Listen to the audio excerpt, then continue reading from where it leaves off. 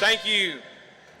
Thank you for being here today. It's always great to be at the Mississippi Economic Council and at Hobnob. Well, as we say in our most recent television commercial, Mississippi, it's time to choose. We're just 5 days from the election, and as Speaker Gunn has said just recently, Mississippi is headed in the right direction. Now, the speaker two speakers ago said my name so many times, at least it improved my name ID here in the hall. But what I'm going to tell you about is the fact that I was up in Northeast Mississippi campaigning the other day. And as I was campaigning, I was in Houston, and I left Houston, and I was headed toward Itawamba County. I was going to Fulton that night, and as I was trying to decide which direction we were going to go in, we decided to go on the Natchez Trace. The reason we chose to go on the Natchez Trace is because it's been real busy, and you don't get great cell phone coverage on the Natchez Trace. And so every now and then we'll get on it so that we don't have to answer the calls. So on this particular day, I was in Northeast Mississippi on the Natchez Trace, heading north, and my cell phone rang. My cell phone rang, and it was a 202 area code. And I looked at it. I said, I might better take this one, so I answered it. And for the first time in my life, the lady on the other end of the line said, "This is so-and-so with the White House. The president would like to speak to you." Well, that's pretty heady stuff for a boy from Florence, Mississippi. But the first thing that went through my mind is, oh my God, I'm on the Natchez Trace. Is my phone going to drop? But as we got into that conversation and the president said, you know, Tate, I really want to come to Mississippi because that election down there is important. You know, we only have 3 governor's races in America in 2019, in Kentucky, in Louisiana, and in Mississippi. And so not only is the election next Tuesday critically important for the future of Mississippi, it's also critically important when moving into the 2020 elections. If you believe that our country is headed in the right direction, if you believe that the worst thing that we could do is go back to the days of more government, less freedom, more taxes, more regulation, if you believe we ought to go to a time in our state and in our country, and you support President Trump, next Tuesday is critically important. But not only is it important to the 2020 elections, it's critically important for the future of Mississippi. You've heard me time and time again stand on this very stage and talk to you about what is most important for the future of our state. We need a governor focused on job creation, bringing better and higher paying jobs to Mississippi. The way we get there is through investment in workforce development and investment in workforce training.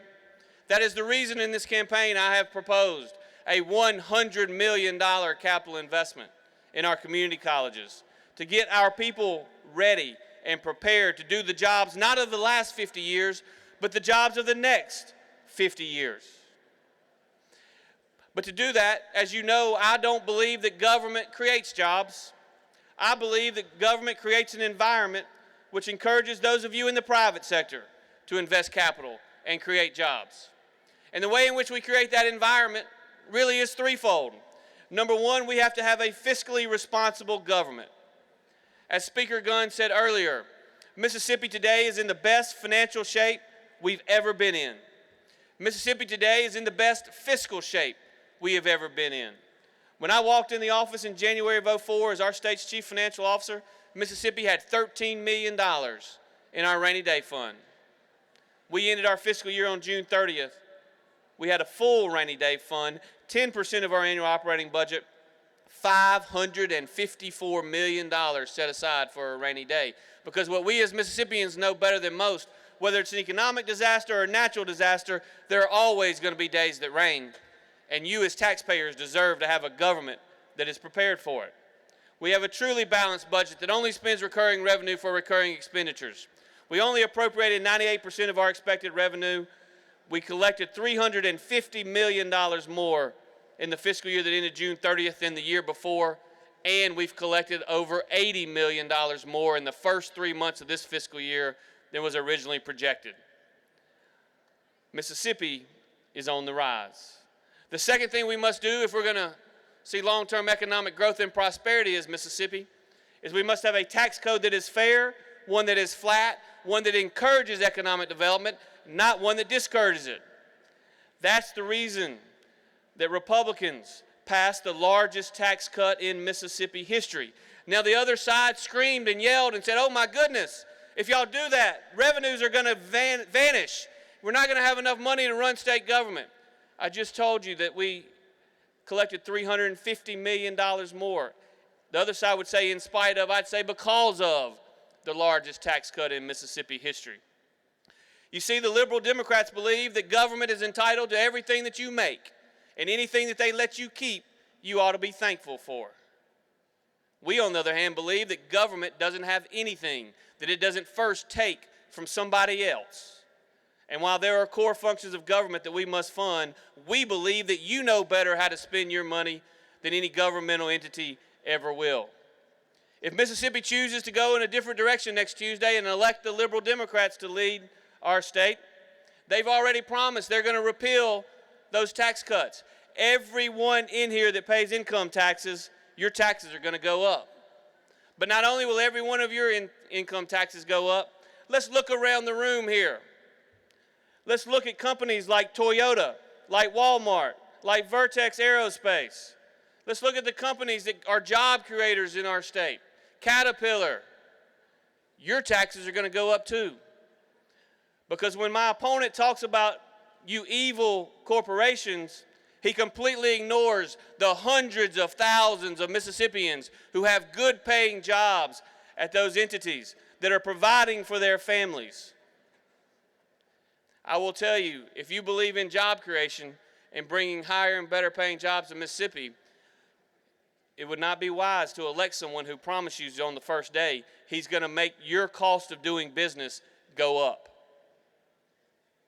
The third thing we must do if we're going to see long-term economic growth and prosperity in Mississippi is we must improve the educational attainment level of our citizens. I mentioned earlier that we would invest $100 million in capital in creating and growing the workforce development programs at our community colleges. We'd also work to ensure that our K-12 institutions and our community colleges are working together for dual enrollment and other things that we have already started and we're seeing tremendous progress on. But there's been a lot of lies told during this campaign. It's always true in the political season, particularly when you have liberal Democrats that are running. They cannot run on what they believe in. Instead, they want to attack the other side. But let's talk a little bit about educational achievement in Mississippi. In 2011, when I was running for lieutenant governor, the national high school graduation rate was 83%. Mississippi's was 73%. Last year, the national average rose from 83% to 84%. Mississippi's during that time rose from 73% to 84%. We are now on top of the national average for high school graduation rates. That's 3,000 more kids in Mississippi every single year that have a totally different outlook on life and have a totally different set of opportunities. But our success is not limited to high school graduation rates. Just yesterday. Now I want everybody in here to imagine this. Imagine these words strung together in one sentence. Education, Mississippi, #1 in the nation. That's what was announced yesterday. And it was announced because conservative policies work. But it was also announced not because anybody in Jackson deserves credit. It was announced that Mississippi is #1 in the nation in gains in NAEP testing results. We are now on top of the national average. It was announced because of our teachers, because of our administrators, because of our parents, and most of all, it was announced because of our kids. All we've done is raise the level of expectations. Mississippians have done what Mississippians do. They've risen up and they've met those increased expectations. So don't believe the lies that you're being told out there. We're going to spend more money on public education than ever been spent. In fact, $400 million more this year than just 4 years ago. I urge you, as you go to the polls next Tuesday, think about not only what's best for you individually, but think about what's best for every single kid in Mississippi. Our educational achievement results speak for themselves. We need to continue on that path. And if we do, we will continue to grow Mississippi's economy. After all, Mississippi's in the best economic shape we've ever been in. Mississippi has the lowest unemployment rate than at any time in our state's history. Mississippi has more people working today than any time in our state's history. In fact, we have 88,000 more people working today than were working just 8 years ago. My friends, conservative policies work. They work not only for you as individuals, not only for our job creators, they work for our economy as a whole, and they work for every single Mississippian, regardless of their political views, regardless of their political affiliation. Conservative policies work for Mississippi. The election is next Tuesday. Mississippi, it's time to choose. My name is Tate Reeves. It's been my honor to serve you for the last 16 years as your Chief Financial Officer and as your Lieutenant Governor. Today, I humbly ask for your vote next Tuesday to continue Mississippi on a path to greatness. Working together, we will make Mississippi an even better place to invest capital. We'll make Mississippi an even better place to create jobs. And yes, believe it or not, we'll make Mississippi an even better place to raise a family. Thank you, and may God bless the great state of Mississippi.